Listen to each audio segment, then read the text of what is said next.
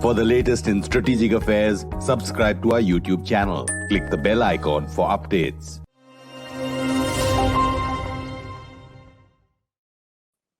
This is StratNews Global. I'm Amitabh, Revi, and our guest today is from Brisbane, former Prime Minister of Australia, Kevin Rudd, whose latest book is The Avoidable War.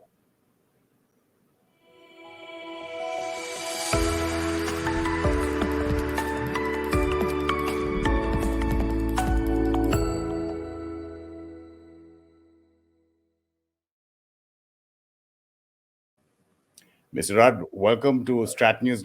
Thanks so much for your time. Thanks for having me on the program. Mr. Rudd, the first line in this book, after the dedication to your grandchildren and grandchildren all over the world, as decisions are being made that will impact their lives, is that you wish you didn't have to write this book. Your argument through the book is that guardrails or red lines have to be set so that the US and China can compete, say, in technology, in economy, and diplomacy, but agree not to fight. Don't you think that's too optimistic given the current scenario? Well, at present, we have a strategic race or a strategic competition between China and the United States, whether we like it or not. That race is already on. The question for us is whether it is unmanaged strategic competition with no guardrails, no rules of the road, and therefore with the continued risk of incident, escalation, crisis, conflict, and war, or drawing on some of the experience from the Cold War between the United States and the Soviet Union, whether in fact you can fashion what I describe as managed strategic competition. And the reason I argue that managed strategic competition with some basic or minimum guardrails may be possible is because neither country at this stage is in the mood or has the appetite for going to war. That may change in the following decade, but not, I believe, for the decade which lies ahead of us. But there's still the risk of accidental conflict, an accidental crisis, an accidental war. So the book is not saying, let's forget about strategic competition. It's not naive, it's a deeply realist book. It accepts the reality of strategic competition and simply seeks to reduce the risk of crisis, conflict, and war by accident. Sure. Just going again through your book, for a solution, the case you present to prevent war is that it has to be done by senior negotiators who have an overarching responsibility for the whole relationship between the US and China, that is. So in the current scenario, that would be Jake Sullivan and Yang Jiechi. Do you see any signs of that actually happening? Well, it's interesting you raise this question because I've looked carefully at the content and tonality of what both the Americans and the Chinese have been saying about their relationship since the election of the Biden administration. And the bottom line is this. On the American side, you begin to see language emerging along the lines of we need to manage competition with China. We need guardrails in order to ensure that we do not allow competition to turn into war. That's on the American side. On the Chinese side, what do I see is certainly Beijing has not embraced the language that I recommend in this book in an earlier article in Foreign Affairs magazine in the United States. But what they begin to indicate is that, in my judgment, is they'd like to stabilize the relationship with Washington. And stabilize means reduce the risk of war. And it's quite a different concept to normalize, which would mean returning to earlier forms of general economic engagement. Let me take you to another book which has a similar name, Mr. Rudd. Richard Langworth, who wrote Churchill and the Avoidable War. Could World War II have been prevented? And he quotes Winston Churchill saying, if the Allies had resisted Hitler strongly in his early stages, he would have been forced to recoil and a chance would have been given to the same elements in German life. You also write in your book that the uncomfortable truth is that there can never be peace at any price. Well, absolutely. I'm very mindful of the history of the Second World War. I'm very mindful of the history of the First World War. If ever there was an avoidable war, it was the First World War, where, as you know, large numbers of Indian troops were killed, large number of Australian troops were killed in an utterly avoidable war through a failure, frankly, of high-level European diplomacy at the time.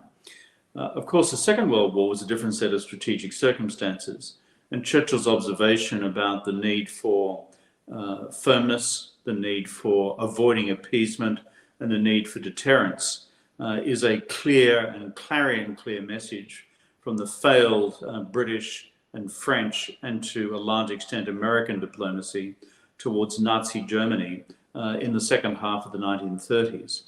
And so the book that I've written in terms of China's future and the future of the US-China relationship, again, is deeply realist. The proposals which are there to reduce the risk of accidental crisis, conflict and war are important, but it doesn't say that therefore the strategic competition militarily between the two could or should stop. In fact, from the United States perspective, these opportunities of the decade ahead would be used to increase America's effective military deterrence in terms of long-term Chinese aspirations towards using military force against Taiwan. Your decades of studying, interacting directly with Chinese leaders in Mandarin, Mr. Rudd, even as Prime Minister and post and pre that, you write extensively of Xi Jinping's worldview from what you say is the first circle, which is staying in power, to the 10th, which is changing the global rules-based order. Well, that's true. I think the beginning of wisdom in international relations, particularly as we deal with a rising power, which is the People's Republic of China, is to understand the worldview of China's leaders. To understand that worldview does not mean to agree with it. It simply means being absolutely clear in your analysis. And that is why, for example, in the book, I outline 10 concentric circles of interest in terms of Xi Jinping's leadership of the People's Republic. It starts with the very basic domestic interest, which is keeping the party in power and ensuring that I, Xi Jinping, remain as head of the party. And that, of course, is first and foremost when it comes to a Marxist-Leninist party like the Chinese Communist Party. But it proceeds through a range of other interests, covering national unity, the economy, sustainability, an advanced military capable of fighting and winning wars from Xi Jinping's perspective, neighboring state diplomacy, China's maritime periphery with the United States, its continental periphery with Russia extending into Eastern Europe, its profile and posture in the rest of the developing world, in Africa and Latin America and the rest of Asia. And then, as you rightly said, China's efforts now to change the content, nature, language and norms and institutional arrangements of what we call the global rules-based order. I think it's important we have a clear idea that China under Xi Jinping is not a status quo power. It's seeking to change the circumstances around it, but to also understand China's hierarchy of needs before we frame our own strategies in response to it. Mr. Rattu, you're an expert even on the American system and American diplomacy as well, and you spent a lot of time there. To avoid this avoidable war, do you think the US is prepared to be number two, if not in the world, then at least in Asia? And is that even desirable? Well, you're right. I've lived and worked now in the United States for the last 6 or 7 years, running an American think tank at the Asia Society in New York. We're pleased also to have an Asia Society with active representation in both Mumbai and in Delhi, because we take these relationships seriously.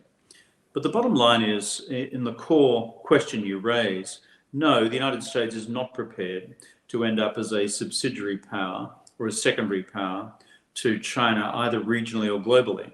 And that is why very much the strategic competition, which I referred to before, is underway.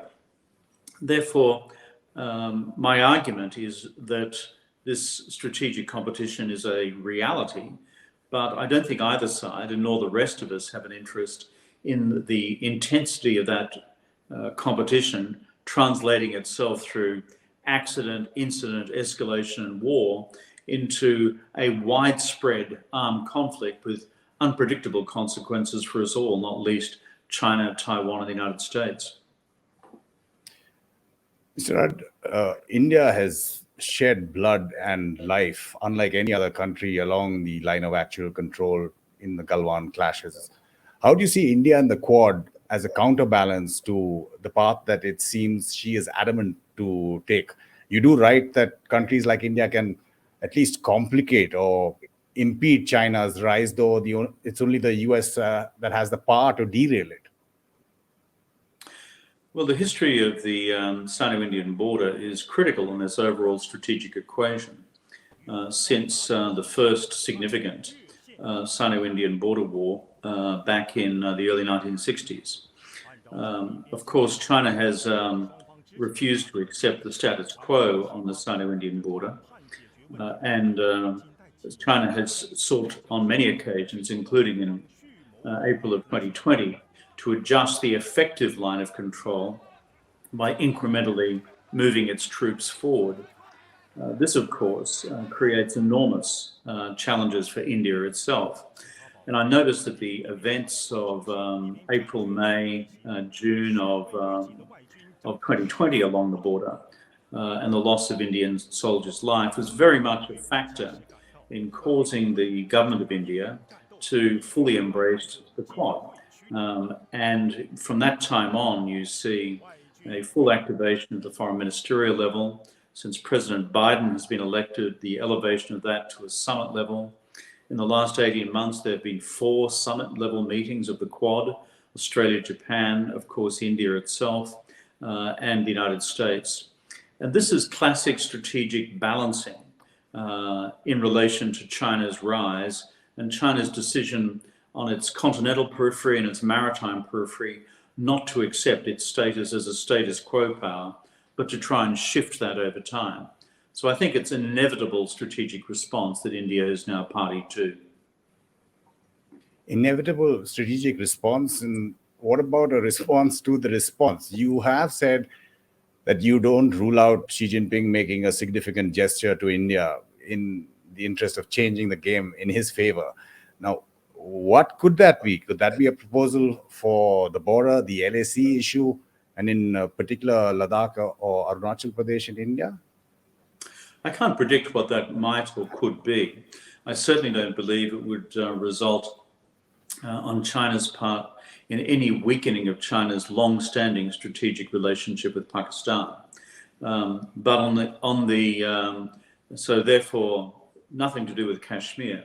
But in other parts of the Sino-Indian border, I would not rule out the possibility that as the strategic competition intensifies between Beijing and Washington, that China will also continue to look at its range of diplomatic possibilities with Japan, with India, maybe even Australia, to lessen the underlying strategic tension with China. In India's case, of course, that occurs at 2 possible levels.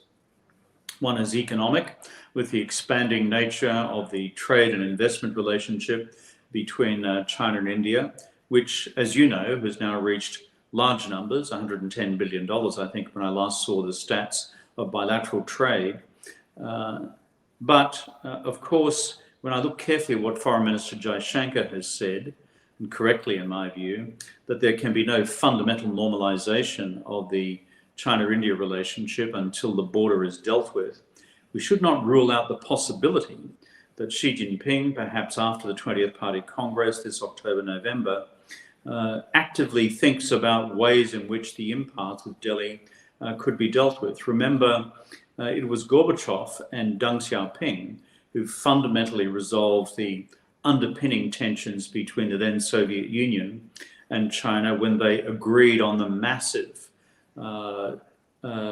Soviet-Chinese and now Russian-Chinese border. That led to a 30-year process of normalization between Moscow and Beijing, culminating in what we saw signed earlier this year on the 4th of February of a new strategic partnership between China and the Russian Federation, which knows no limits. So unresolved borders are fundamental to normalization of relationships across the board. I do not think it's probable that Xi Jinping will do this. I do, however, think it's possible. and therefore it should always be on our radar for the future.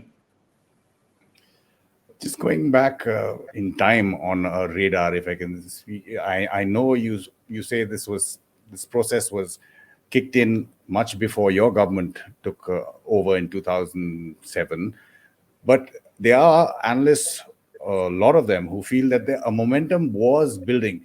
You had Shinzo Abe, who the unfortunate incident, fatal incident last week, had given that confluence of Xi's speech to India's parliament. Many Indian analysts believe that Prime Minister Manmohan Singh at that time was ready, but your government and you in particular scuttled Quad 1.0. I know you're going to deny that, but has your view on China changed? And if you could give us what you think Xi Jinping's strategic response to both the Quad and the AUKUS is. Well, it's an absolute tragedy that what we've seen unfold in Tokyo in recent days with the assassination in cold blood of former Prime Minister Shinzo Abe. And Abe was indeed a great leader of Japan. On the specific question you raised, which was Quad Mark I, which was put forward by Shinzo Abe before Xi Jinping took office. In fact, he put it forward in early 2007. The documentary record, not my personal opinion, is quite clear. First of all, the then Conservative Australian government ruled out the Quad in a formal statement by the Australian Defence Minister in Beijing in meetings with his Chinese counterpart, well before I was ever elected. Secondly, Manmohan Singh said the same on a visit to Beijing, well before I was elected. And then thirdly, after Shinzo Abe was himself replaced by Fukuda as Prime Minister at the time, Fukuda took the Quad off the table. And we know from WikiLeaks that the Americans backed away from it. The good voters of Australia decided to vote for me. That's the documentary record, whatever people may choose to write in ill-informed Indian newspapers from time to time, and other newspapers as well. On the question you raised, though, is what's China's ultimate view of the Quad and AUKUS? China, and I've tracked quite carefully China's response to Quad Mark II. And Quad Mark II, in this country, Australia, has bipartisan support between the Liberal Party of Australia and now the Australian Labor government, but also the Labor Party in opposition. And similarly, I think you find the same in Japan and certainly in the United States. In India, I'm not quite sure what the attitude of the Congress Party is to the Quad. But the bottom line is China, if you look carefully at their response to the Quad over the last year and a half since Biden's been elected, it's gone through several phases. First of all, the Chinese stated publicly that they thought it would never happen because the interests between our four countries in Beijing's perspective was so disparate. Well, then it did happen, and then China's approach was to attack publicly the Quad as representing an Asian NATO, and that's what it sought to do over the last year or so. But then separately, from time to time, it has sought to, as it were, take initiatives with each of our countries in order to lessen national commitments to the strategic importance of the Quad. So China, in my judgment, looking carefully at the nature of their public response, has had an evolving response to the Quad. But above all, what we see is China's rising levels of strategic concern. Similarly, with the emergence of AUKUS, the Australia-UK-USA agreement, which underpins the prospective purchase of nuclear-powered submarines by the Royal Australian Navy. On Taiwan, as you put it, there's nothing more consequential to Xi Jinping than its return. How do you see that issue playing out? My judgment, my analysis, for what it's worth, is that whereas China now in certain categories of weapon systems would conclude that it has a military advantage over the United States across the Taiwan Straits, that doesn't apply to all categories of weapon systems. And furthermore, when you look at China's financial and economic preparedness for the inevitable incoming nature of financial and economic sanctions against China were to invade Taiwan, China's not ready or prepared for that at this stage either. And that's partly because China remains internationally dependent on the dollar-denominated international financial system, not least of which is the SWIFT system of international clearinghouses around the world, the fundamental plumbing of the international financial architecture.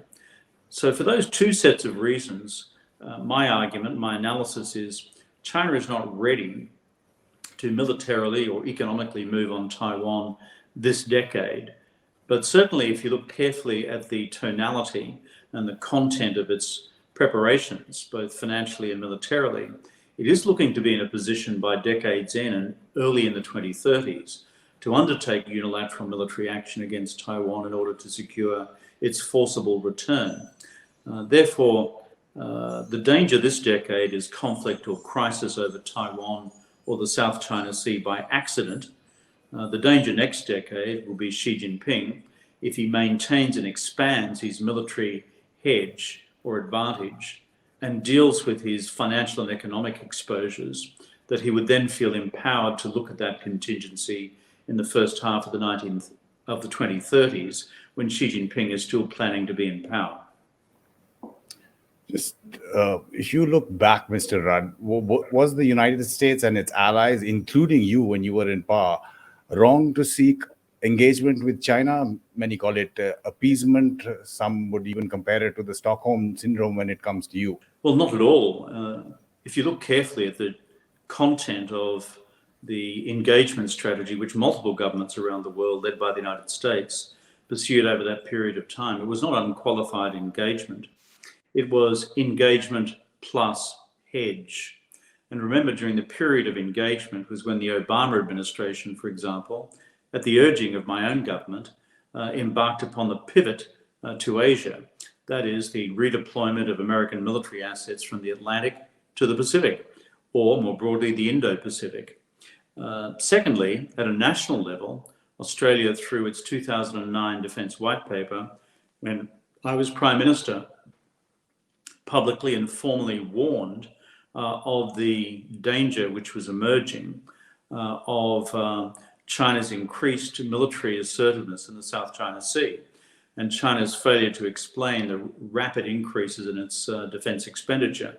And in that Defence White Paper, we in fact increased Australia's overall defence expenditure as the then Labor government, and then took the decision to double the Australian submarine fleet and increase the Australian surface fleet by 1/3. Some of the images just shown in your program then include some of the vessels we commissioned at that time. So therefore, it is erroneous as a matter of factual record to say that engagement was unqualified. Engagement was always qualified. It was always hedged with parallel preparations of a military nature to guard against the possibility that China's rise would not remain peaceful. I think it's important to place that into its historical perspective. You talked about a bipartisan agreement in Australia, Mr. Rudd. Now, the Pacific Island Forum is on. Prime Minister Albanese has said he won't respond to a list of 4 Chinese demands made by Wang Yi during the meeting on the sidelines of the G20 with the Foreign Minister Penny Wong. So there is a consensus in Australia on how to deal with China, or do you think there will be a change in tack in any manner with the Labour government? Not at all. The Australian Labor government has always had a firm view in dealing with our relationship with China, particularly since China began to change course in the second term of Hu Jintao's administration, and then during Xi Jinping's administration, much more decisively so. And so we have seen a robust approach on the part of the Australian government then, and a robust approach on the part of the Australian government now.